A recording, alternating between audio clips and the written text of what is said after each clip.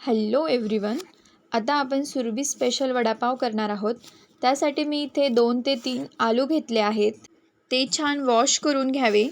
त्यानंतर तुम्ही इथे बघू शकता मी बटाट्याचे थोडे बारीक काप केले आहेत, कारण ते छान बॉईल होतात त्यासाठी. चटणी छान सॉफ्ट येते म्हणून तुम्ही इथे बघू शकता. त्यानंतर हिरव्या मिरच्या 4 ते 5 व लसूण यांची पेस्ट करून घ्यावी.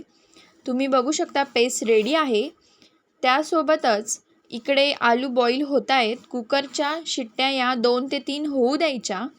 तसेच तुम्ही बघू शकता आलू छान बॉईल झाले आहेत. मी त्याचे सालही काढून घेतले आहेत. आता आलू छान मॅश करूयात. लगेचच एक कढई घ्यायची, त्यात तेल टाकावे. तेल छान तापलं की जिरे, मोहरी, कढीपत्ता, हिरव्या मिरचीची पेस्ट हे छान फ्राय करून घ्यावे.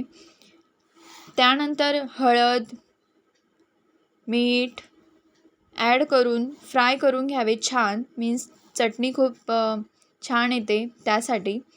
तसेच मॅश केलेले आलू टाकावे आणि मस्त मिक्स करावी चटणी. त्यासोबतच भरपूर कोथिंबीर ॲड करावी आणि आलूची चटणी या ठिकाणी रेडी आहे. त्यानंतर मी एक बाउल घेतला आहे. त्यात 2 ते 3 चमचे बेसन पीठ, जिरे, मोहरी, हळद, मीठ, खाता सोडा ॲड करावे.